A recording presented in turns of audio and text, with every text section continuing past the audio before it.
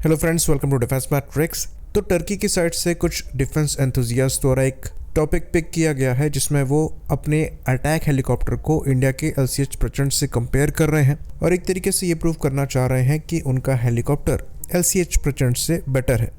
यहाँ पर हम बात कर रहे हैं टर्किश एरोस्पेस इंडस्ट्री के T129 अटैक की। तो इस हेलीकॉप्टर के बारे में हम पहले भी बात कर चुके हैं, जहां हमने बताया था कि कैसे पाकिस्तान द्वारा ये हेलीकॉप्टर प्रिक्योर किए गए थे पर उन्हें कभी मिल नहीं पाए क्योंकि अमेरिका द्वारा यहाँ पर रोक लगा दी गई थी, क्योंकि इन हेलीकॉप्टर्स में अमेरिकन इंजन लगते हैं। तो एक तरीके से अमेरिका का यहाँ पर थोड़ा कंट्रोल है। तो आज के इस वीडियो में हम स्पेसिफिकली इन्हीं हेलीकॉप्टर्स के बारे में बात करेंगे। LCH प्रचंड से हम इन्हें फॉलो ऑन वीडियो में कंपेयर करेंगे और समझने की कोशिश करेंगे कि क्या ये ज़्यादा बेहतर हेलीकॉप्टर्स हैं और क्यों इन्हें LCH के कंपैरिजन में बेटर एक्सपोर्ट सक्सेस मिल रही है। तो सबसे पहली बात, इन हेलीकॉप्टर्स को ज़रूर टर्किश एरोस्पेस इंडस्ट्रीज द्वारा बनाया जाता है, पर ये ओरिजिनली इनका डिज़ाइन नहीं है।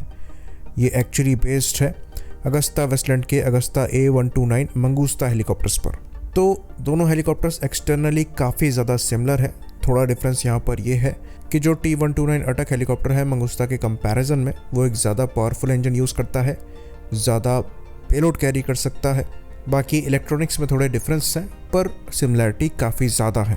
तो T129 अटैक के लिए भी जो मेन R&D वर्क है ये अगस्ता वेस्टलैंड द्वारा ही किया गया, इसलिए इसे अगस्ता वेस्टलैंड और TAI T129 अटैक कहा जाता है।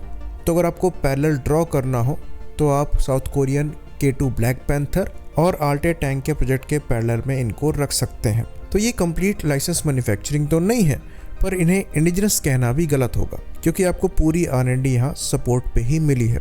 बाकी जितना कंट्रोल इंडिया का LCH पर है उतना कंट्रोल टर्की का T129 अटैक पर नहीं है। तो अब आते हैं कैपेबिलिटी पर। तो जब T129 को डेवलप किया गया था तो इसे टर्की की कंडीशन के हिसाब से डेवलप किया गया था।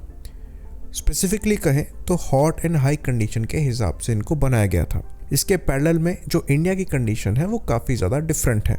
तो टारगेटिंग के लिए यहाँ पर जो कंट्रोल बनाया गया है इसे हंटर कास्का कहा जाता है। बेसिकली ये सारे मॉडर्न अटैक हेलीकॉप्टर्स में है। तो यहाँ वेपन का जो ओरिएंटेशन है ये पायलट की लाइन ऑफ साइट से मैच करता है, यानी कि पायलट जहाँ भी देखेगा इसकी जो मेन गन है वो वहाँ मूव कर जाएगी।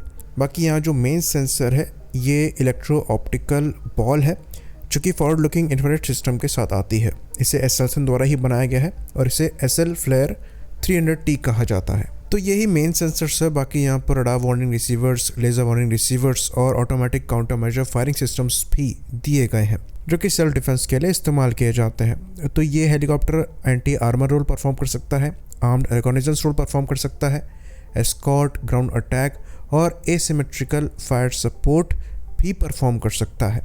बाकी यहाँ पर जो मेन गन है ये M197 20 मिलीमीटर की गन है जो कि ये मंगूस्ता के साथ शेयर करता है। ये एक 3 बैरल गन है और यहाँ पर 20 मिलीमीटर के 500 राउंड्स कैरी किए जाते हैं। बाकी 4 हार्ड पॉइंट्स यहाँ पर दिए गए हैं। इसमें डिफरेंट रॉकेट्स कैरी किए जा सकते हैं, 76 मिलीमीटर के या फिर 48 मिलीमीटर के या फिर 70 मिलीमीटर के। वहीं पर ये 4x2 की कन्फिग्रेशन में 8 मिसाइल्स भी कैरी कर सकता है जो कि Turkish made UMTAS anti tank guided missile हो सकती हैं। इन मिसाइल्स की जो रेंज है ये 8000 मीटर तक या फिर 8 किलोमीटर तक की बताई जाती है।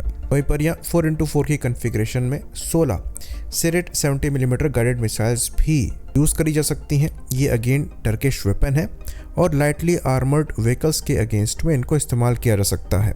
तो ये भी मात्र 15 किलोग्राम की मिसाइल्स हैं और 8 किलोमीटर तक की रेंज दे देती हैं। बाकी यहाँ पर 2x4 की कन्फिग्रेशन में air to air stinger missile भी कैरी करी जा सकती हैं शॉर्ट रेंज टारगेट्स को डिस्ट्रॉय करने के लिए। तो वहाँ भी आपको करीबन 8 किलोमीटर तक की रेंज मिल जाएगी। तो अगर आप LCH प्रचंड से कंपेयर करेंगे तो आपको यहाँ पर जो वेपनरी है वो ज़्यादा वर्सेटाइल दिखाई देगी।